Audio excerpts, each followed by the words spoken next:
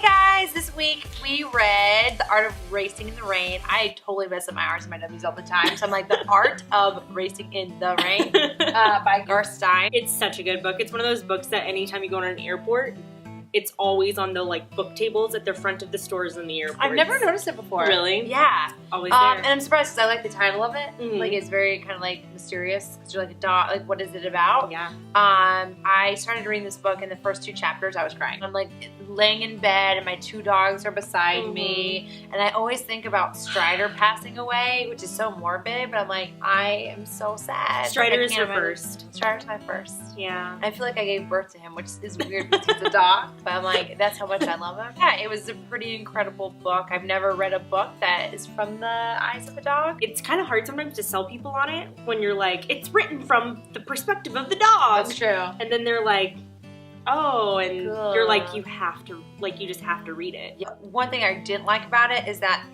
I feel like Enzo could, he's like, I can't put into words what I want to say, but I'm like, there's so many other things that you could do to get your message across. The way he talked, he sounded smart enough where there's a part where he took the papers away that was going to give away his daughter. Yeah. And he ran away, and then he was going to bury them, and then he peed on it. And I was like, you could have been doing this whole time or something. So it's like the writer kind of picked and chose when he wanted to do that, which was kind of frustrating because I'm like, stick with it. If he's that smart, then make him be that smart the entire time. All that TV watching, people are like, TV's bad for your brain. Is it? Is it? It was good for Enzo's brain. Can you imagine just, having a dog that's smart? Well, I think we do imagine it because having a dog, and you have to know this from being a doggy parent too, is that we play pretend with our animals. Like, that's what it is. It's like grown up. It's like grown up playing pretend with dolls. I mean, there's or sometimes when I am getting dressed for bed or something, and Strider's looking at me, I'm like, don't stop looking at me, Strider. This is weird. Like, you're my son. Look away. All this once again talking about. Talking of dogs. No, I'm not even mad at you. I'm not even mad. Oh, you're so cute. Speaking of dogs. He's the cutest little bark.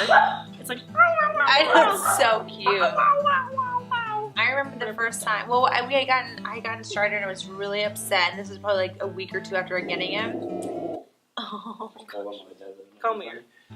We're going to talk about Strider now. You're not the star all the time. Kind of. I was really upset, and I was sitting up against the couch like this, and Strider just came over, went and sat on the couch, and put his head on my shoulder, and I lost it. I was like, this dog is the best.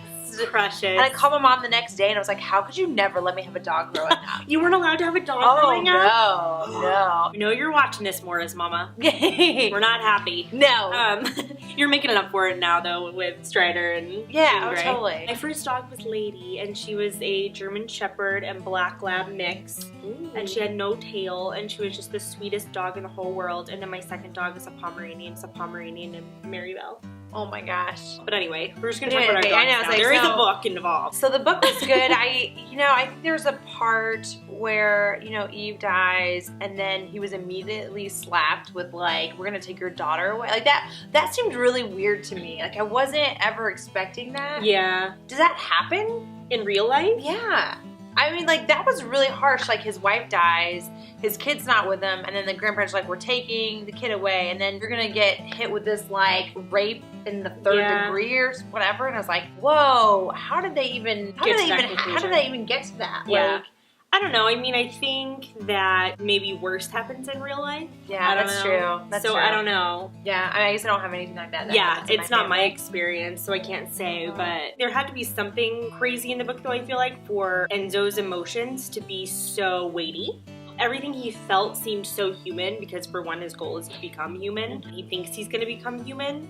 So I think there had to be this empathetic reaction that he had to go through in order for Enzo's story to be told. Something dramatic had to happen. That makes sense. I don't know if it's the most believable option. Makes sense. And I'm curious about why, when you're writing a story like this, when really the point of the book is it's written from the dog's perspective, which that's the point of the book.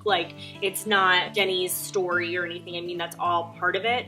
But he could have written any story, so I'm curious why this is the one he wrote. I think also, when I was thinking of this while I was like finishing it up, that maybe that because he is a dog, he is only telling it from mostly his point of view. I mean, you had to have like what he heard about the court scenes, but maybe it was like more vague. You don't know what's going on in real life because he's not a human and he can't process all these emotions. So maybe there was something that was missed because he was a dog. Yeah, it's only his perspective. Totally. Okay. It's like you're not getting a third person point of view. It's still a first person point of view. Mm-hmm. So you're not getting like this omniscient being telling the story. Right. I read this book when I was away from my dog for 2 weeks. It was awful. Oh. It was awful. Like on day 10, I started reading the book, and then like by day 14, I was so over it. I was like, I just need my dog. Yeah. I need my dog right now. I think it was like the closest feeling I've ever had to, and all my friends who had kids are gonna think this is ridiculous, but like the closest feeling I've ever had to feeling like a parent. Yeah. Where I was like, I cannot wait to be back in the same room as my dog. Yeah. It was so cute. I feel that way every time I come home from work. Like I open the door and I'm like, oh my God, sometimes I forget I have dogs and they're so happy to see me. This is amazing. So the ending, the chapter, I think it was like my favorite parts were like the beginning and the end. And the end when you can just picture Denny holding Enzo and he's like, it's okay. And Enzo was saying like, oh, I'm in the field and I'm running and I'm happy because you know he couldn't run anymore. And then you hear Denny say like, it's okay to go. And then you're just like,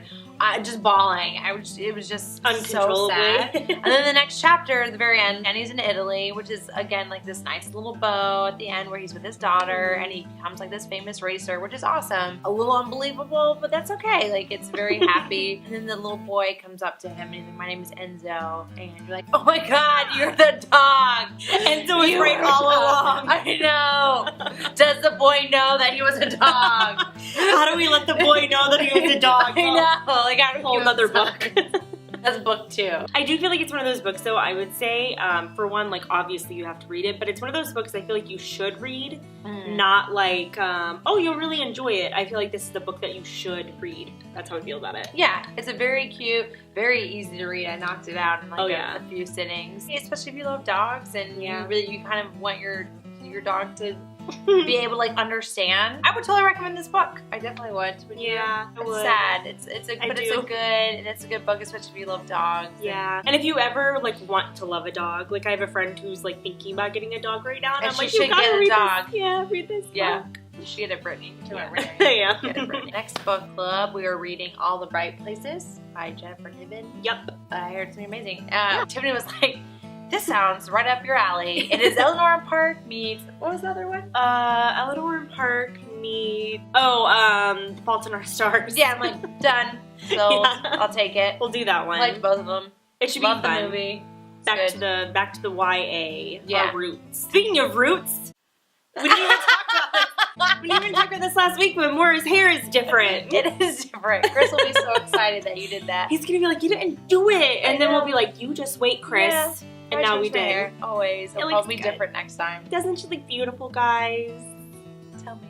Yeah. In the comments down below, let's talk about how beautiful hair looks and how creepy Elliott's voice just It looks good.